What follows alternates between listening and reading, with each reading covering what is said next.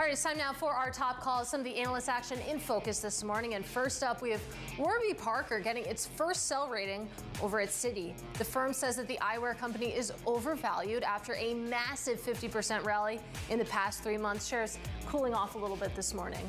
Next up, Mizuho downgrading Hilton to neutral on valuation concerns. The analyst tells investors that there is limited upside to estimates for the rest of this year and for 2026. And finally, we have Piper Sandler upgrading Simon Property to a buy on the heels of a strong Q4 earnings beat. The analyst cites a strong real estate portfolio and potential for more growth ahead. Shares currently up about 2%. Now coming up, Barclays releases its annual hedge fund survey.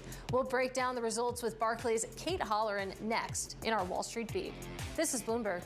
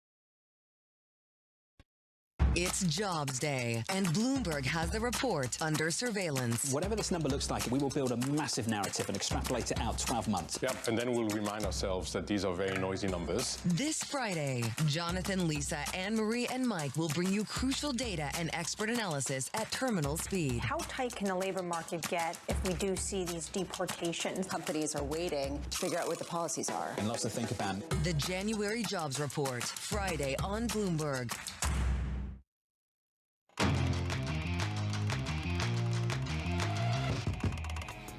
Welcome back to Open Interest. Let's take a quick check on stocks. We're about 18 minutes into this session. You can see the S&P 500, it could go green here, currently down just 0.1%. Of course, we were looking at losses of closer to 0.5% pre-market right now. But you take a look at the biggest gainer right now on a points basis. It's NVIDIA and it's Broadcom, really benefiting or poised to benefit, traders are thinking, from that CapEx that you're going to see from the likes of Alphabet. And that's also lifting the NASDAQ 100 a little bit right now. Of course, we were closer to 1% down when it comes to the pre-market session, but currently just off about 0.4%. And then small caps really strong today. We'll see if it lasts, but at least for right now, the Russell 2000 higher by about 0.5%, really enjoying that bond rally that we're seeing in the long end of the Treasury curve. But it's time now for the Wall Street Beat, and hedge funds poised to see limited fresh investments this year, even after delivering a bumper year in 2024. That's the key finding from Barclays' annual Global Hedge Fund Survey. Let's break it down now with Kate Halloran. She is Barclays' co-head of Global Capital Solutions, joining us at the desk. Great to see you in person, Kate. Thank you. Thank you for having me. So talk to us about why this is the case, because at least in ETF land where I live, the narrative is that flows follow performance. And you would think after a strong showing that maybe we'd see a little bit more in terms of inflows. Sure. 2024 was a very strong year for hedge funds. Across the board, all sub-strategies were positive, and investors told us that they in many instances actually outperformed their targets. So it's a great question. And I think there's a couple of different ways of looking at it.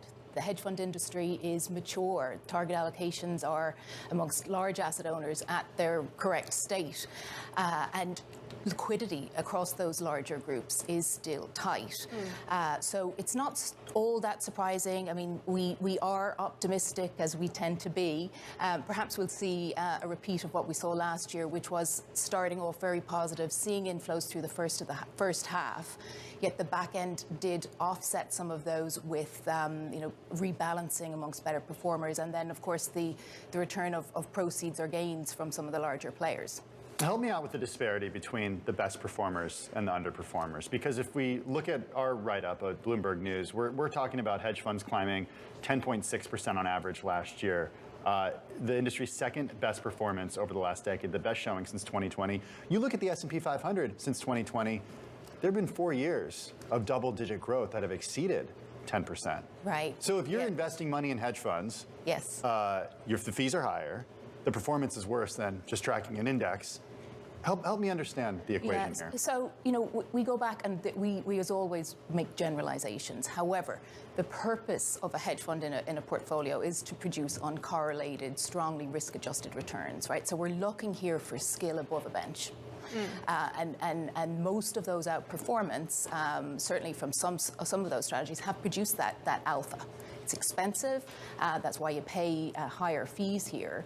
And then there's also an evolution in the contributors. So last year, a standout was quant equity, right? That had an abundance of alpha. We also saw outperformance from the multi-manager segment again after a little bit more of a muted at 23. And similarly, we saw a return amongst the long-short community too, where they had better beating the hedge fund index. But I think for the most part, investors look to hedge funds for that uncorrelated return stream. So something different. Right. You're trying to diversify. You're not trying necessarily to beat the benchmark. At least I think that's what a lot of underperforming hedge funds say. But I want to talk a little bit about churn, because this is something you talk about in the survey, that there's about $450 billion of assets slated to change hands here between hedge funds, between money managers. And you talked a little bit about performance, but where is money rotating from? And what is it rotating into? Right. So that $450 billion is what we call our money in motion, right? And it's pretty typical. No big shake-up there. We will always see a rotation to better performers, right? So quant equity being one, equity long short, as I've mentioned. There's also an acknowledgement that we're in a different environment, and some strategies that have been somewhat unloved given the opportunity set, namely merger arb, equity capital markets. We will see or expect to see a resurgence given the environment that we're now in. One thing we're particularly excited about, though, aside from the growth of the hedge fund industry per se, is the continued momentum behind these non-traditional hedge fund products. So things like co-investments, equity extension products, private credit led by the hedge fund managers. All of these things are getting support from hedge fund buyers and showed the expansion of hedge fund toolkits into other parts of the portfolio. On the fee side, what are the themes that are emerging in recent years and this year? 2 and 20 still, or are we seeing more creativity when it comes to fees? So our data would show that it's the consecutive year for an increase in fees. I think there's nuances, of course, that would be headline. We continue to see breaks given for size of ticket, duration. We did take a deeper look into the multi-manager segment. This gets a lot of attention given the pass-through element here. And there was an increase that we observed, again, averages, of about 100 basis points of increase pass-through, but that actually netted an incremental 5% of net returns to investors. And this, for managers that have over the last period really honed in on managing their operational costs, so that fixed cost element, which is expensive, that incremental payment for the variable comp of traders was richly rewarded. Well, Kate, it's a fascinating report. We really appreciate appreciate you taking the time to come discuss it with us. That, of course, is Kate Halloran of Barclays. Meanwhile, a quick check on this market right now. You can see maybe that lift, maybe the S&P 500 trying to go green, as I mentioned 7 minutes ago, reversing a little bit. The S&P 500 down about 0.3%. Big tech also clawing back some of its losses, down about 0.5% at the moment. And I just still go back to supply chains. I do think it's really striking that you do have NVIDIA and Broadcom, the biggest points contributor to the S&P 500 right now. We were talking about the churn of money in the hedge fund industry, and when it comes to big tech, you have all of these big names just spending money on each other. Yeah, it's a really good point. You know, we actually raised this discussion last week on our show. Your other show. The other show. Right. The other show. It's the idea that these companies are all spending money on each other. They're each other's biggest customers. You throw in share buybacks to that as well. And there's some concern that there's some solipsism in the industry, at least according to some critics. Yeah, it works until it doesn't, and of course the proof will come when we get to NVIDIA later up this month. NVIDIA obviously just has a couple of customers, but boy, do they spend a lot of money. Now, coming up in our next hour, we'll talk to Permira's Brian Reuter on his latest tech trade, and then we'll talk with Liz Hart about the commercial real estate rebound. All of that coming up. This is Bloomberg.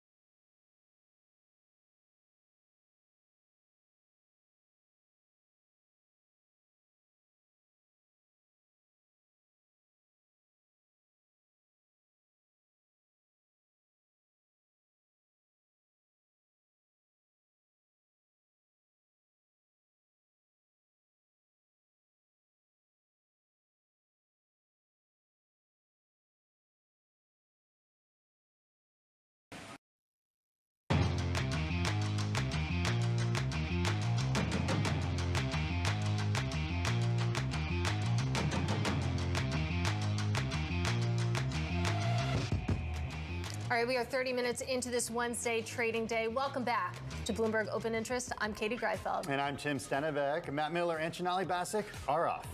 Let's get a check on these markets right now. We do have more economic data coming out in just a couple of seconds, and you can see the setup right now heading into it is a down arrow when it comes to the S&P 500, when it comes to the NASDAQ 100, and we do have ISM services crossing the wire right now for January. Those numbers coming in at 52.8 for January. That is below the survey of 54, and it's below the prior reading of 54.1. Take a look at prices paid, though. ISM services prices paid coming in at 60.4. Remember, the prior reading was a big surprise, coming in at 64.4. We are below that now, but still above 60. So let's get some context right now with Bloomberg's chief international economics and policy correspondent, Michael McKee. What is the picture that we can paint with these numbers? Well, it's interesting. We've seen a slowdown on the service side. At the same time, we saw an increase in manufacturing earlier this week. The ISM manufacturing index came in higher, and all of the subcomponents were higher, including prices paid. Here we get the opposite. Although we're still above 50 for the headline number, we're still above 50 for the production number, 54.5. It's down by 4 points. New orders are still above 50, but also down by about 4 points, 51.3 from 54.4. The employment index is pretty much the only one that's higher, and that's at 52.3 from 51.3. Interesting to see how that gets folded into the forecasts for jobs on Friday. We saw employment rise in the manufacturing area in the ISM number, but today's ADP had manufacturing losing 13,000 jobs. Where's the weakness here? Well, it's hard to know exactly which area is the weakest. New export orders go up 52 from 50.1. So it isn't the dollar yet. It isn't Trump trade practices yet. It may be just that we go into January, things move a little bit more slowly.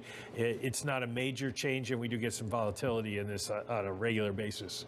All right, Mike McKee, stay close, of course. A heavy economic data week. That is Bloomberg's Michael McKee. And let's keep the conversation going now with Brian Reuter. He is co-managing partner and co-CEO of Permira. It's a global investment firm which manages more than $80 billion. The firm's most notable transactions include Ancestry.com, Squarespace, geez Louise, and Golden Goose. Brian, it's good to see you. It's good to see you, too. So we're wading through tech earnings right now, big public tech earnings. I know that you invest in the private equity and private debt markets, but is there anything that we can extrapolate from maybe some of the deceleration that we're seeing in big tech earnings into the private, non-public markets that you play in?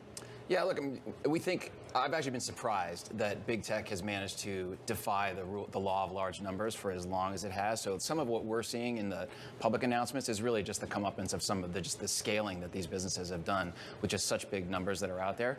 We're still very bullish on big tech in the long term. There's so much that's happening with AI, and what that's going to drive is yet another platform wave for these companies, for the public and the private markets, and will be a very rich ecosystem for where we like to play, which is in the application layer above where big tech sits. So we're a long-term investor. We're a growth-forward investor. So we think the kind of short-term volatility, and we think there's a lot of short-term volatility, more than maybe is reflected even in current trading levels. There's still a lot to build on in the public and private markets. So where are the opportunities specifically in that application layer? So, I mean, it's across the board. So if you are a digital forward company, and we are a vastly digital investor in growth markets, so we do invest across services, healthcare, and consumer, but more than 2/3 of the portfolio that we invest in is digital. It's consumer internet, it's software, it's kind of related businesses around that. And those are really the areas where there's the nearest term opportunity. Every company that we've invested in, every company that I know, frankly, in software is building and is very excited about what to build right now in really the AI boom, which is, I gotta say, in 30 years of doing this job, it's one of the most exciting times to be a digital investor with that. So in the short term, it's going to be really that application layer on businesses that are building on top of big tech and the major platforms. Longer term, it's actually going to infuse across all sectors. So we think services, the disruption of digital and what AI can do in those traditional industries, healthcare, what it's doing there, are going to be longer term opportunities as well. So across the board, we see big productivity benefits, big digital transformation benefits across really all the sectors that we invest in. Well, Brian, to that point, I'm really curious to hear what your reaction to the DeepSeek news that we got last week was, because it seems like that raised some existential questions about how expensive the American AI models that are being built actually are. And when you think about the application layer that you'd like to stay in, I mean, are you concerned about expenses here, that maybe the things that are being built could be built much more cheaply? Yeah, look, we think, we have the view this is a very good thing of what seems to be coming out of China at the moment. So one, the worst case is you've got another platform and another, importantly, open source platform that companies can build on, which is, boost more competition. We don't really know, we may never know, how real the training benefits are that have been reported on building DeepSeek as a model.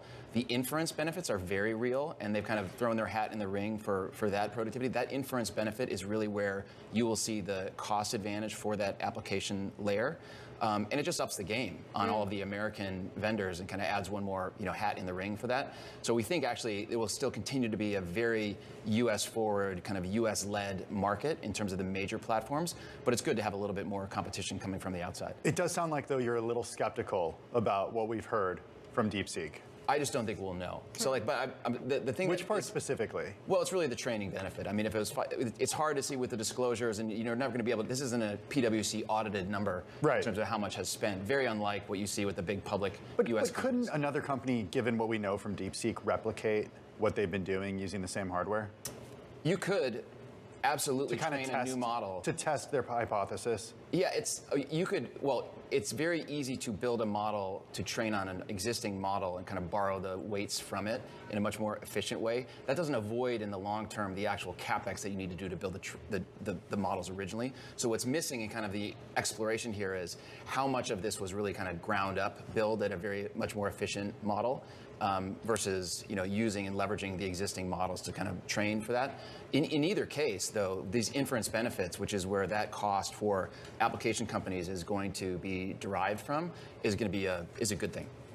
I'm a subscriber, by the way, to the Jevons paradox side of this, in that the cheaper you make these things, the more it's going to boost demand for it. So it's the old steam engine gets more efficient, results in more usage of coal despite the efficiency gains. In this case, it is the models becoming more efficient. The coal is capital, it's compute power, it's the semiconductors.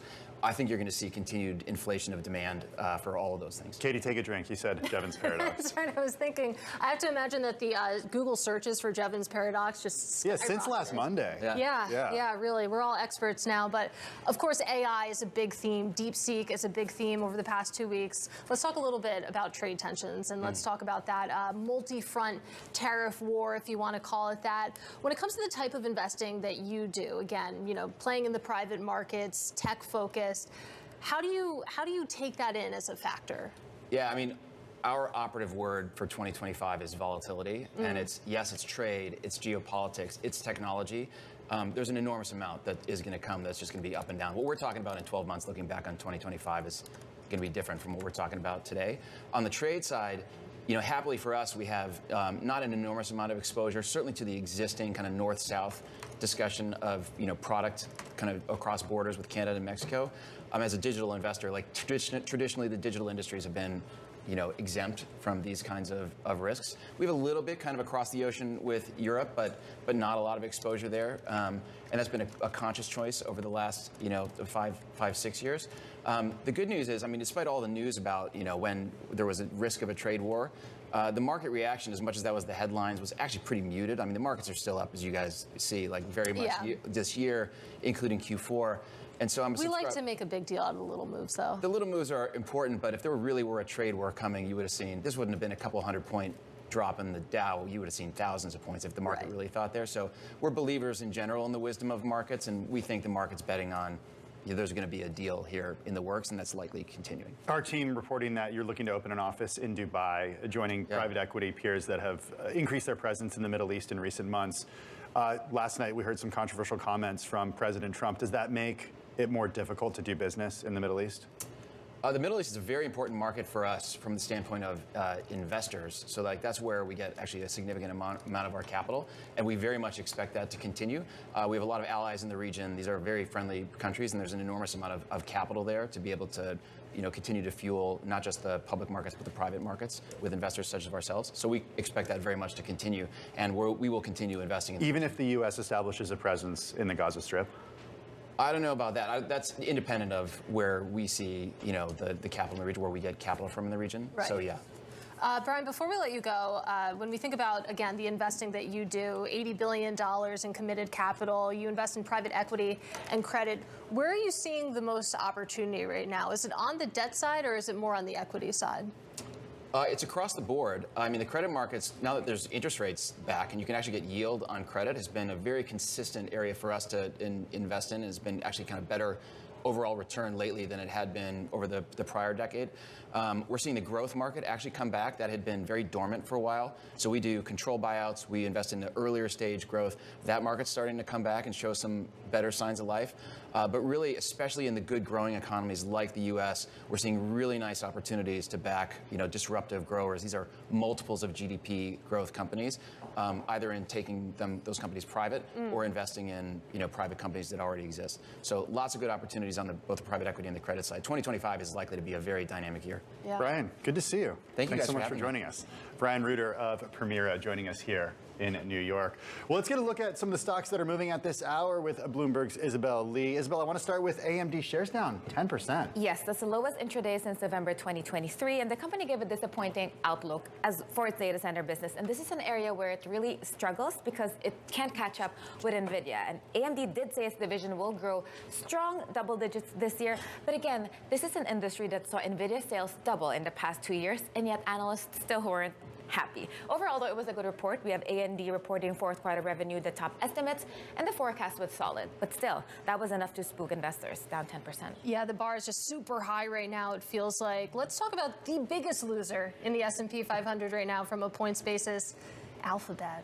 Down 8%, largest drop since October 2023. I'm loving all the size and scope here. So 2 reasons. Got a ton of them. Yes, 2 reasons. First is the slower growth in its cloud business that contributed to lower than expected revenue, and also they increased their capex to $75 billion for 2025. That's a 29% increase from what analysts expected, which is $59 billion. So again, it's hard not to see this as almost a dispute to the Chinese upstart DeepSeek that's saying it just costs less than a fraction.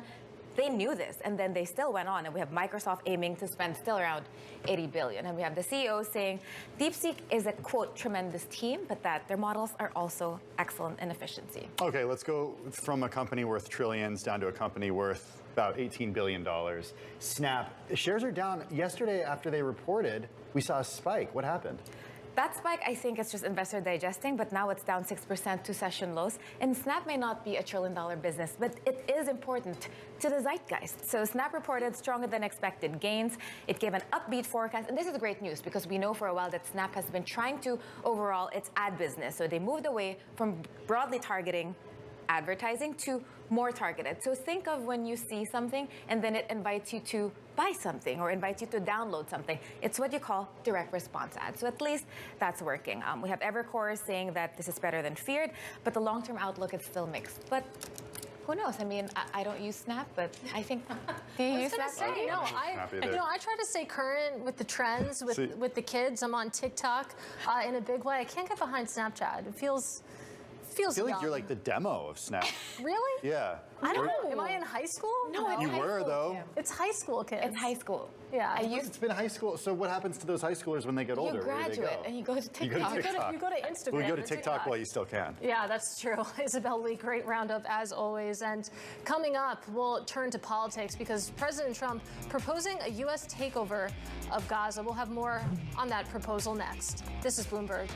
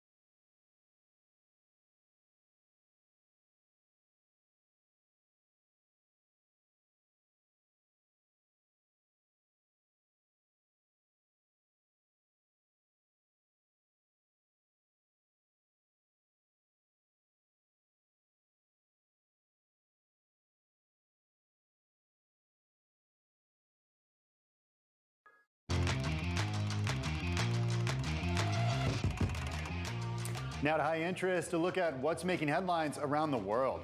Honda and Nissan are questioning the agreement to consider merging the two companies, casting doubt on their efforts to form one of the world's largest automakers. A collapse of the discussion would spell trouble for Nissan, which was counting on its Japanese peer for a lifeline. Nissan's standing in the global auto industry has steadily declined thanks to listless leadership and an uncompetitive product lineup. And VC giant Andreessen Horowitz has hired Daniel Penny, the Marine veteran who rose to prominence after he was acquitted in the subway chokehold death of Jordan Neely. He'll be working as a deal partner in a unit that invests in government and defense opportunities. And speaking at the White House alongside Israeli Prime Minister Benjamin Netanyahu, President Trump said that the U.S. should take control of the Gaza Strip and transform it into, quote, a Riviera. Trump's proposal was met with sharp opposition from Palestinian and Arab officials. For more on this story, we're joined by Bloomberg's Michael Shepard, who joins us in Washington. Michael, some of the reporting that I read about this late last night indicated that very few people within the president's inner circle actually knew that he was going to say something such as this. How's it reverberating around Washington, D.C.?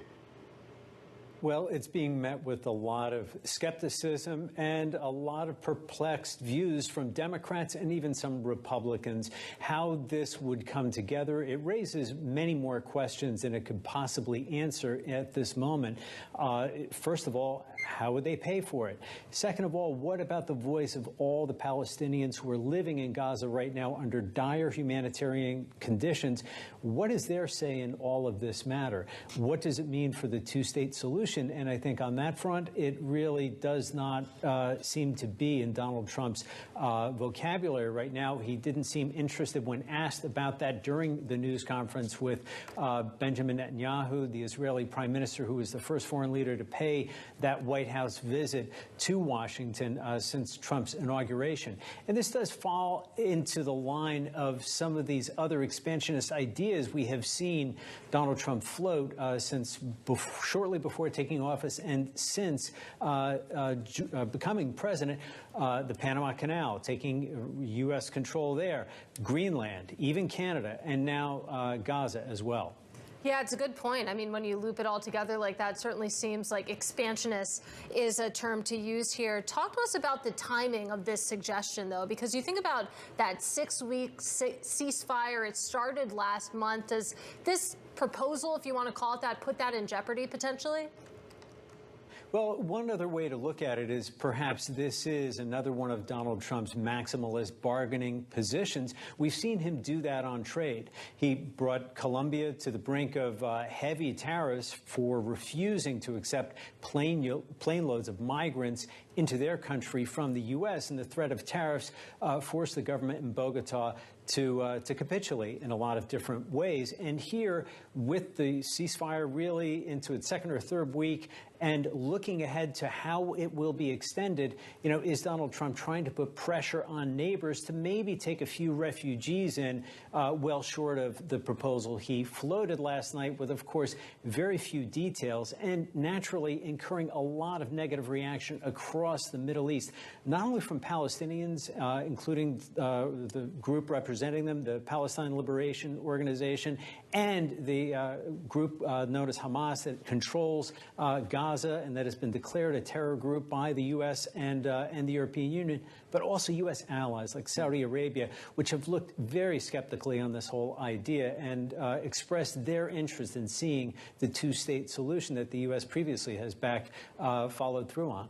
Hey, Michael, I want to go to a different part of the world with you right now, and that's China, and specifically what we're seeing when it comes to a potential probe of Apple. Our Bloomberg News team reporting exclusively that China's antitrust watchdog is laying the groundwork for a potential probe into Apple's policies and the fees it charges app developers. Shares of Apple down 1.8%. What do we need to know?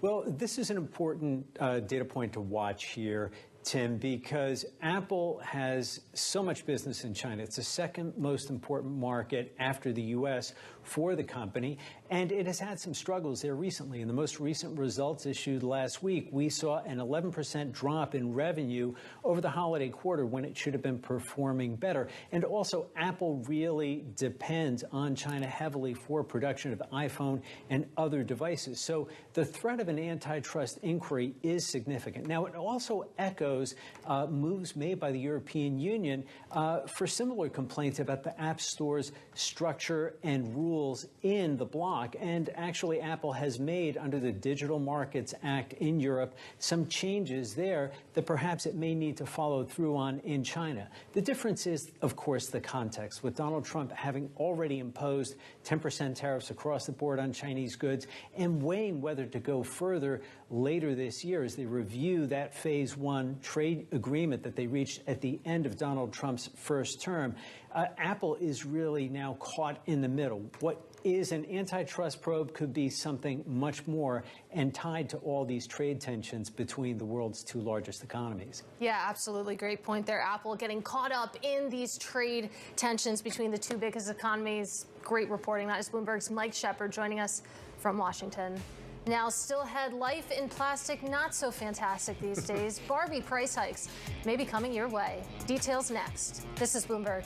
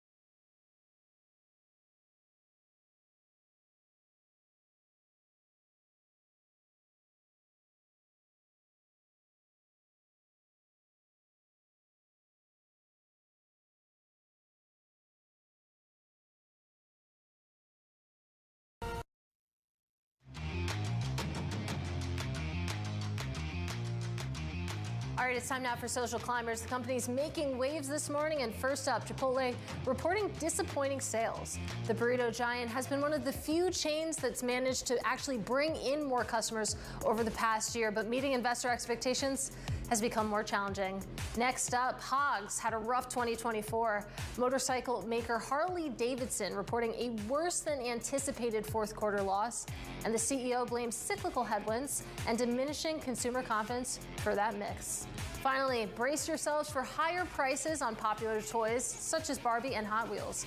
Mattel's CEO says the company is willing raising prices to offset the cost of Trump's tariffs. Remember that Trump introduced a 10% tariff on goods made in China, where Mattel sources about 40% of its products. Shares currently higher right now by the tune of 16%. Of course, a good earnings report will do that. Let's take a look at the broader market right now, though, because you can see the S&P 500 if we flip up this board. It's been red for most of the morning, and it still is. Same, too, if you take a look at big tech.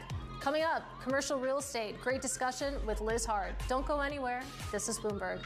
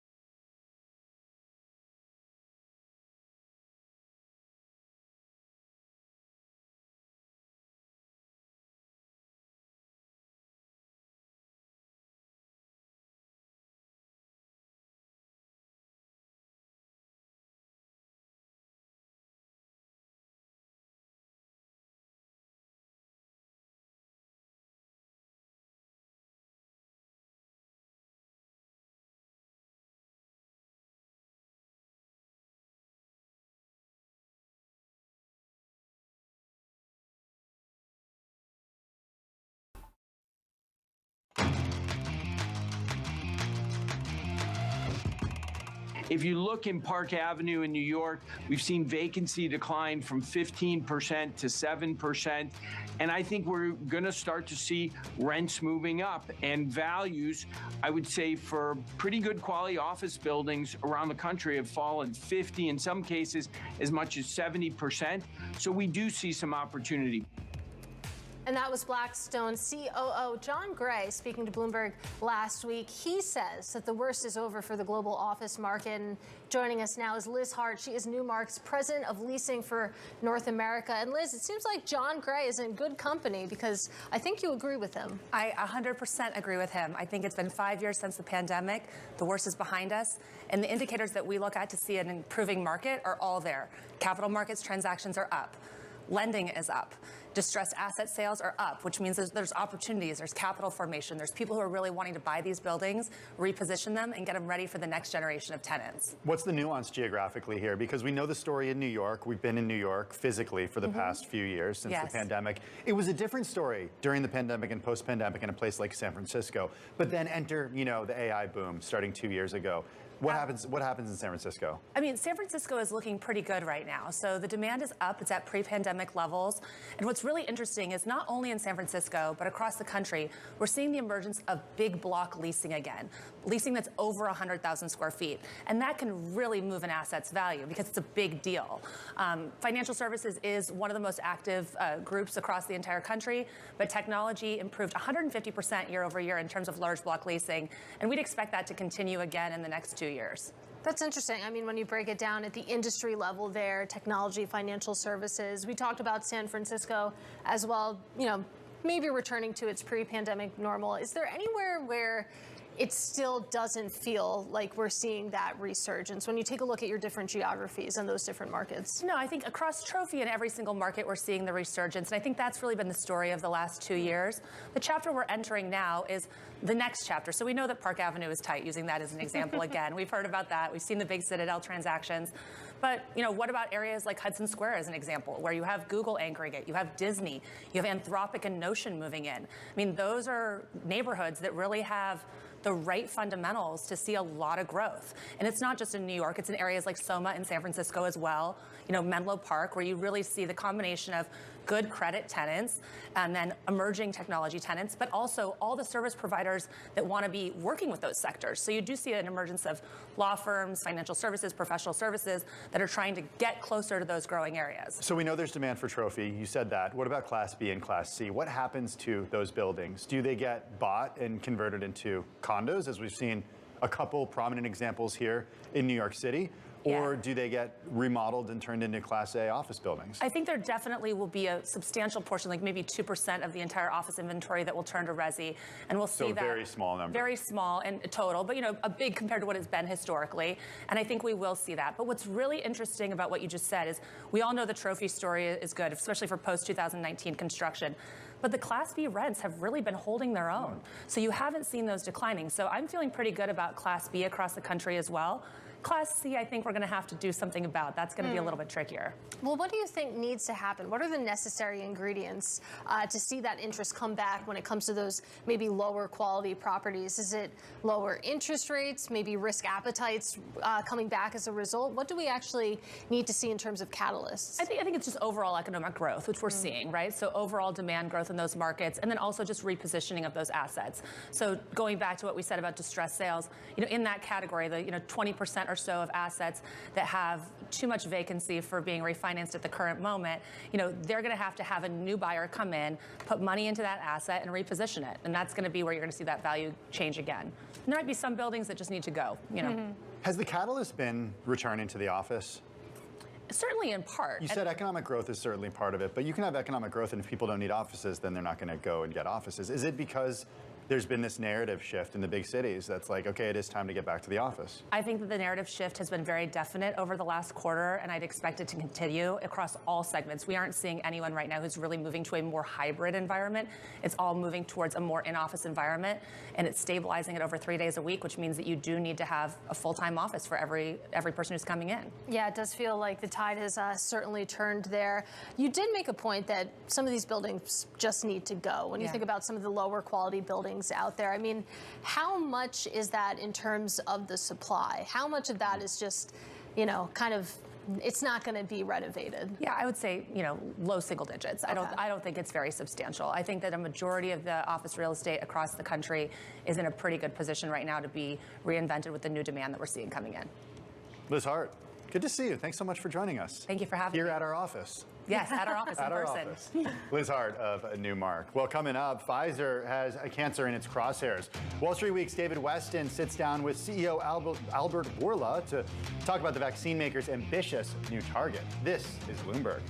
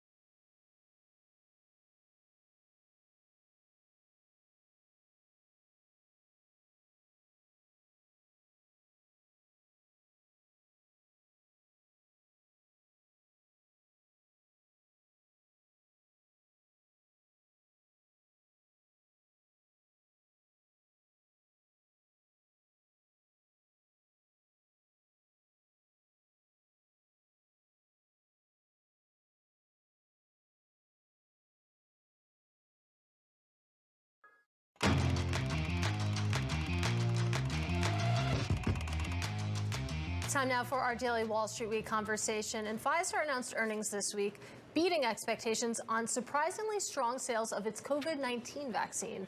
David Westin spoke to the company's CEO, Dr. Albert Bourla, about Pfizer's next mission, combating cancer. We can detect cancers way more efficiently today than we could do it years back. Dr. Albert Bourla is the chairman and CEO of Pfizer. Under his leadership, the pharmaceutical company partnered with BioNTech during the COVID-19 pandemic to roll out life-saving mRNA vaccines. How to operate with speed. The vaccine, or the operational warp speed that President Trump actually had initiated, was an operation that removed obstacles, but also within the companies was an operation that we were shooting for the impossible. And we came with a mindset, nothing is impossible. We can make it possible. That's a mindset that we can use again, not to find a solution for COVID, but to find a solution for cancer or for Alzheimer's. Cancer is Dr. Bourla's next big challenge at Pfizer. In 2023, Pfizer completed its $43 billion acquisition of Seagen, a company basing a particular cancer treatment on monoclonal antibodies. You have made cancer a real priority for Pfizer in your investments, in your R&D, in your development, even your acquisitions. Why? Because we think that we are ready to provide a solution. We want to save the world again. And I think our best chance this time, it is with cancer. The science is there. We invest probably double than all the profits that we made with COVID to acquire a new technology, which is promising a lot. The number of U.S. cancer cases may be going up, but the mortality rate is actually going down. It's fallen 34% in the last 30 years. And the National Institutes of Health project that if this trend continues, the United States will have 26 million cancer survivors by 2040, a 44% increase over 2022. Pfizer hopes to keep this trend going through one particular oncology treatment turbocharged by its acquisition of Seagen. It's called antibody-drug conjugate, or ADC technology. And this is like a missile, but it is GPS guided. So it doesn't go anywhere in the body. It's going straight to the target, which is the cancer cell. And what is on top of this missile? A warhead, which we call payload, a chemotherapy that is going to be targeting those cells. And that was Pfizer CEO Dr. Albert Bourla, and I'm pleased to say that David Westin joins us now. So when you think about Pfizer and their portfolio, they really need another blockbuster because they're coming off of 3 straight years of losses. Yeah, and of course Pfizer's stock has suffered as a result. Initially it went way up with all the profits off of COVID, and then it came down. And there's some activists in there as well that he's very conscious of, Albert Bourla. At the same time, he, from the beginning, has said we need to take on cancer as our next goal and to find a solution to that. And that's why they bought Seagen, and that's the bet he's making. And he believes that they can make some enormous progress here with new technology. David, we can't talk about this without talking about the political environment around vaccine makers. We saw shares fall yesterday after Robert F. Kennedy Jr. moved past a Senate panel closer to confirmation. What does a company like Pfizer do in this new administration? Well, when I talked to Bourla, he had just come actually from Washington, where he was on the dais for the inauguration, and he talked to the president, and he'd been to a dinner that included Robert F. Kennedy Jr. And the way he puts it is they had a very good discussion. They did not talk about vaccines. They just decided not to talk about that. But on balance, he thinks that the opportunities from the Trump administration actually outweigh the risks. Like regulatory opportunities? Yeah, and the opportunity, because he thinks the president is really, really committed on cancer. Really wants to do a version, perhaps even of Warp Speed, and apply that. That was a success, obviously, the last time around, to apply that to at least some forms of cancer. Obviously, there are lots of forms of cancer. Yeah, it's interesting. I mean, I was at the J.P. Morgan healthcare conference in San Francisco last month, and I agree that the environment, there was just a ton of optimism over the Trump administration, especially when it comes to M&A. Of course, Pfizer has done some pretty huge acquisitions in the past, including of Seagen, so I don't know if they're looking to spend money there. But you think about, I don't know, the conversation around vaccines, and it seems like cancer, as you're alluding to, would be politically friendly as well. Yeah, no, it would be a big thing, and it would actually make a name, not that he needs it for Donald Trump as president, if he actually could have a solution. Again, I'm not even necessarily saying cure. If you heard, Bourla was careful to say it's a solution, because maybe some things you can really cure, some things you have to have actually as an ongoing problem, but people can deal with for the rest of their lives. What did you learn about a timeline for a potential solution such as this from Pfizer? He thinks we are, I'm not going to say close, but we're talking about a matter of years, a few years, rather than decades. He thinks that we're getting very close. Now, he has a particular technology. There are others as well, but it's his monoclonal antibodies that sort of finds the cancer cell. But his version attaches that to a toxic chemical that then really directs it. And what it allows you to do is, instead of using chemotherapy for the whole body where you come close to killing a person, you can direct it, and so you can use much more toxicity because it's against a very narrow target, and so you can really make progress. It's just fascinating. Obviously, that would be a huge boon, not just for Pfizer, but for people in general. So definitely going to keep an eye on that story. That is David Westin. And you can catch Wall Street Week every Friday at 6 p.m. Eastern. But still ahead on this program, Janus Henderson launching its first fundamental stock-picking equity ETF. We'll speak to the company's head of America's equities, Mark Pinto, up next. This is Bloomberg.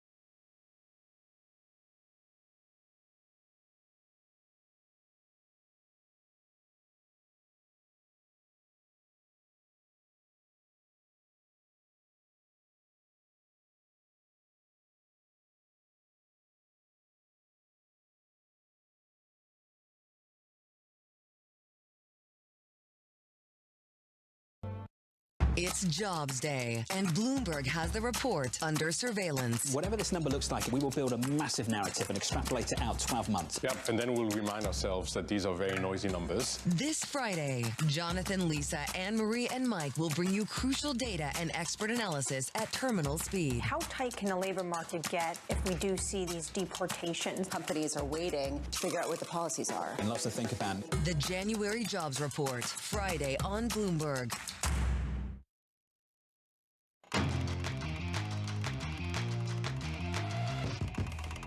I hate to say it's a stock picker's market, but it really is now. Last year, and even in 23 especially, it wasn't so much a stock picker market. It was just buy hard, large cap, quality growth. Mm-hmm. That was it. That's all you had to do. Now I think there's opportunity to do stuff more at the stock level. And that was Morgan Stanley Chief U.S. Equity Strategist Mike Wilson speaking with us just yesterday, talking about how really this time he means it. It is a stock picker's market, and Janus Henderson agrees with him. They're leaning in to that stock picking approach because today they're launching their new actively managed equity ETF. It has a portfolio of about 20 to 30 stocks. The name there is the Transformational Growth Equities ETF, and I'm pleased to say that joining us now is Mark Pinto. He is Janus Henderson's head of America's equities.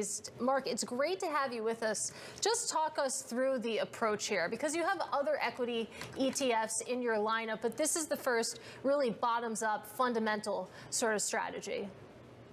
Yeah, that's exactly right. And it's great to be here, by the way. So if you look at our legacy as investors, we are high conviction, growth-oriented investors, and we've always relied on our deep fundamental research to identify long-term trends and opportunities that in companies that we think will transform the business environment, and the world. And so this strategy is exactly that.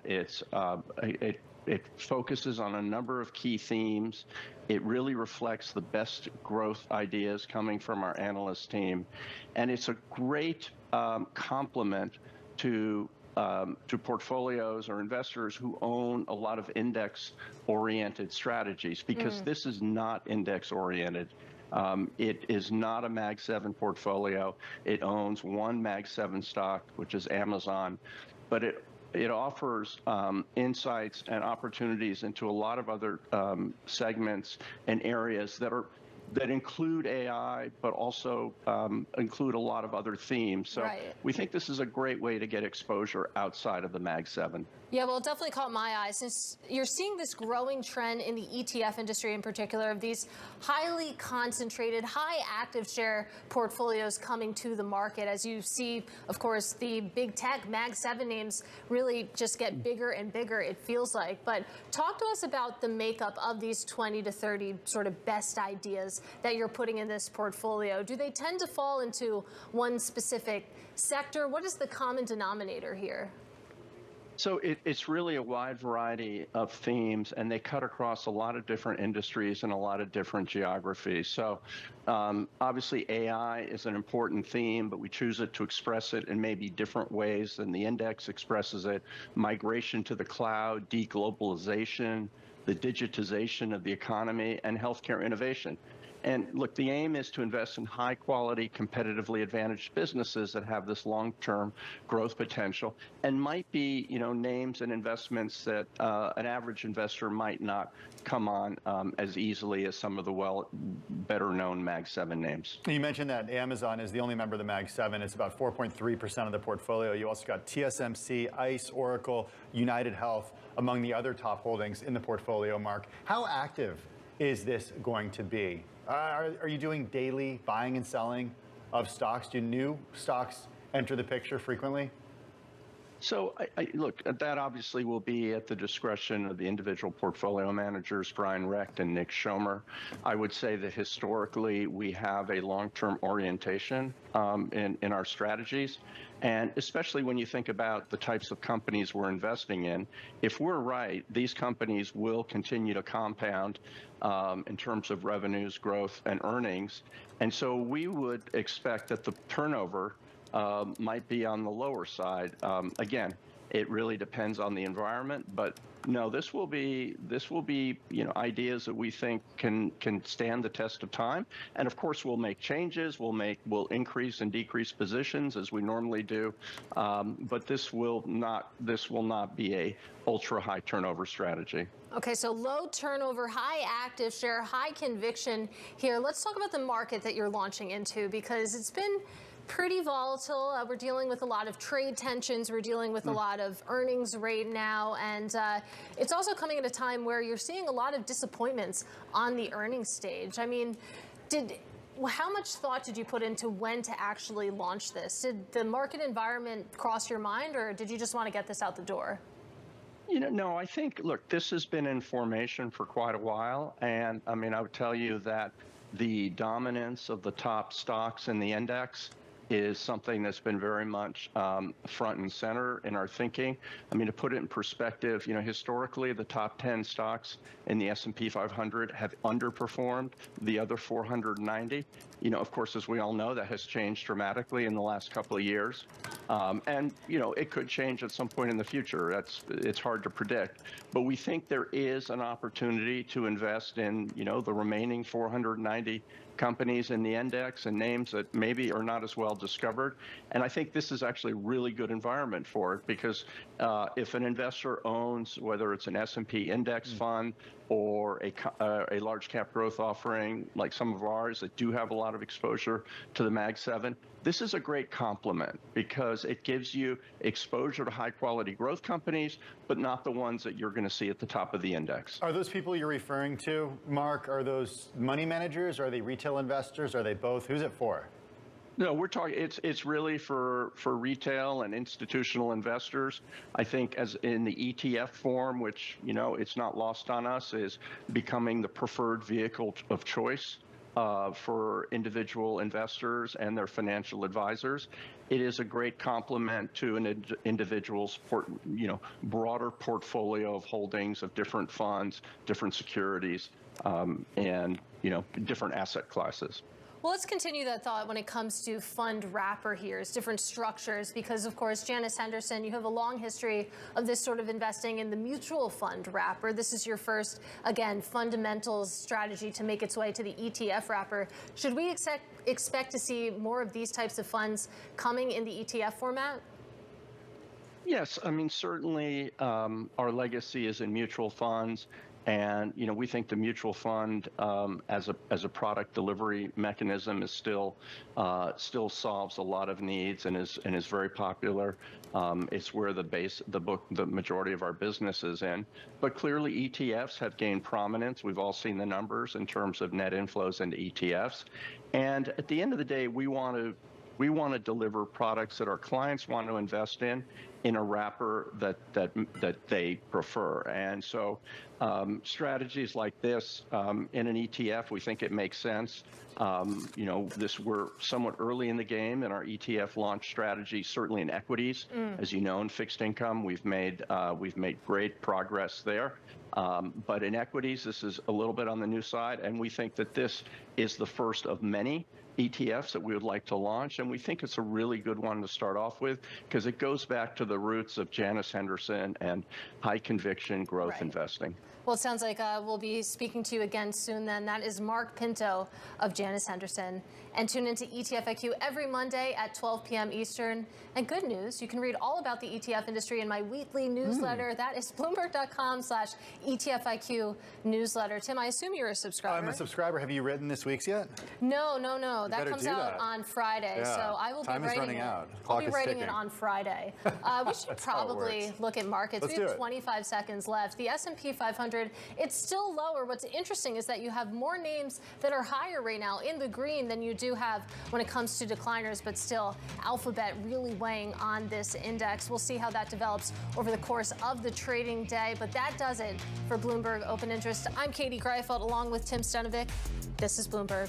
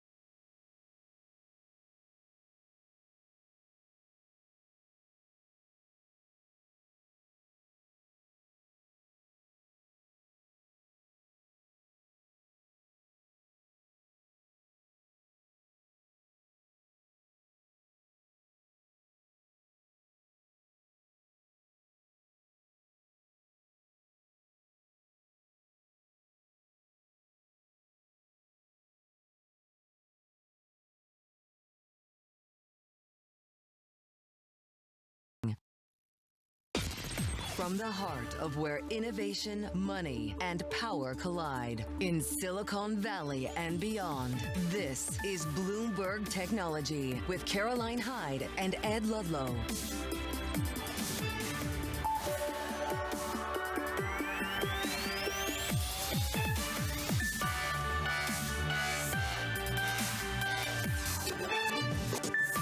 Live from New York, I'm Caroline Hyde. And I'm Jackie Davalos in San Francisco. This is Bloomberg Technology. Coming up, Apple in the geopolitical crosshairs as China weighs a potential antitrust probe into the App Store practices. Plus, Alphabet shares tumble after posting slower growth in its cloud business and a $75 billion capital expenditure commitment. And AMD falls on a disappointing outlook for its AI chip growth. That and so many more earnings coming up. But first, we check in on these markets. Some light services data, perhaps a macro perspective on the NASDAQ. But more broadly, it's tech earnings that weigh us today. We're off by 0.3% after yesterday's rally. Move on and see the biggest points contribution to the downside. And we shine a light on what's happening with Alphabet, of course. We're off by 8%. Cloud growth of 30%, not good enough. $75 billion to expand AI and data centers, but still people want to see the return on AI. AMD, we need return on AI here too. Again, AI accelerators not living up to their expectations. We're down 9%. And Apple off by 1.3%. A key issue here is China and the US and a potential antitrust probe coming from China, all regarding its App Store. Let's get to it, Bloomberg's Peter Elstrom, because the timing here is, of course, amid this tit for tat from US and China in tariffs. But this started before Trump came to office. Yeah, that's exactly right. So what we've heard from sources is that Beijing regulators are looking at Apple and specifically the policies around its App Store. It takes a 30% cut of app revenue like it does in other countries too. And also it kind of locks down payment systems because it wants you to make those payments through the Apple Store in particular. So we've heard that SAMR, the regulator there, is taking a close look at Apple. They've called in executives from the company and some other executives too to find out more information. Now the ball's in Apple's court to respond to in some sort of way and see whether they're able to address this or whether regulators are going to have to take more action. To be fair, though, this is the same kind of action that Apple has faced in other countries too, where there are concerns about the App Store, how much money it takes away from developers, and whether that's actually a level playing field for other companies. Peter, one of the outstanding questions is this just a bit more bark than bite? And what is the time horizon here? Because a lot of these probes take time to play out. Do you have a sense of how long it'll take before companies actually see a hit from some of these probes?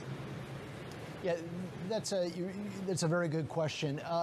This is coming, of course, in the middle of this kind of geopolitical tit for tat between the United States and China. So the U.S. levied the 10% tariffs on Chinese imports, and China has responded with some more careful, targeted things, including an investigation into Google, which has a similar kind of App Store issue. Doesn't have that many operations in the country beyond that. So I think politics are going to play a role here. We're going to see how that plays into the negotiations with these companies. Beijing has a very forceful regulatory arm if they do decide to go ahead and take action against Apple, Google. We know they're investigating NVIDIA too. It could be very punitive for those companies, but it may have to do with the dynamics between the two countries, in fact, rather than the companies themselves.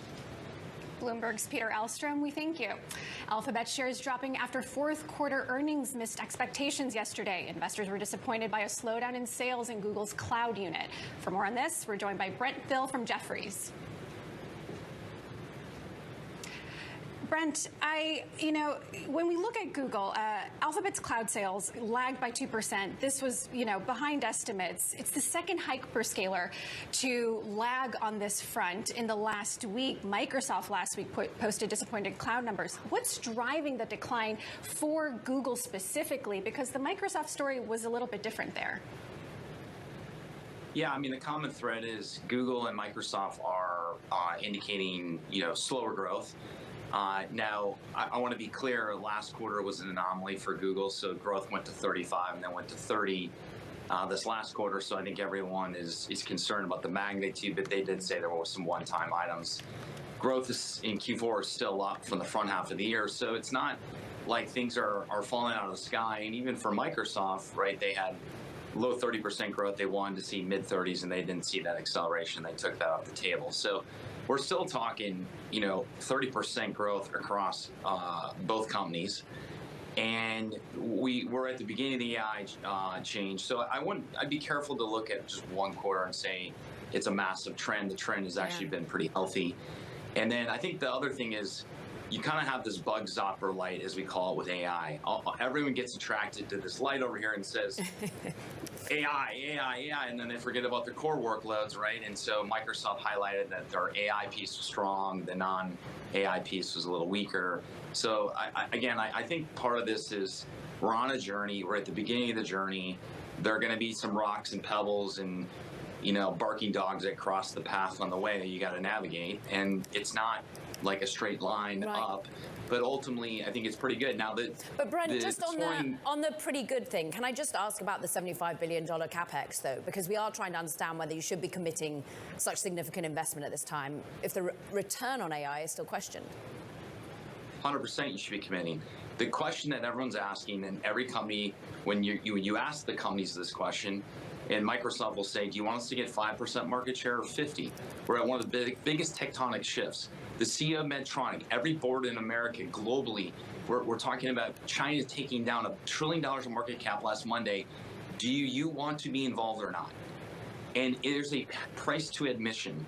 And so this is very clear that the time to spend is now, and the time to spend is not in 4, 5, 6 quarters. To your point, what happened last Monday, the takedown that was born by DeepSeek, and actually we did hear from Sundar Pichai talking about DeepSeek. Just take a listen, Brent. There's been a lot of observations on DeepSeek. First of all, I think tremendous team. I think they've done very, very good work. I would say both our 2.0 flash models or 2.0 flash thinking models, they are some of the most efficient models out there, including comparing to DeepSeek's. From your perspective, does Alphabet able to compete when it comes to cheaper models? Yeah, I mean, look, the China training thing is nonsense. Okay, David Sachs from the White House came out and said it's nonsense. Okay, so we got to get that off the table. The technology's there, but the training run costing $6 million is nonsense. So I think, look, there are going to be. We have software companies using 25 LLMs, Atlassian 25, Intuit using 10. These are all going to commoditize, and they're all going to have a place.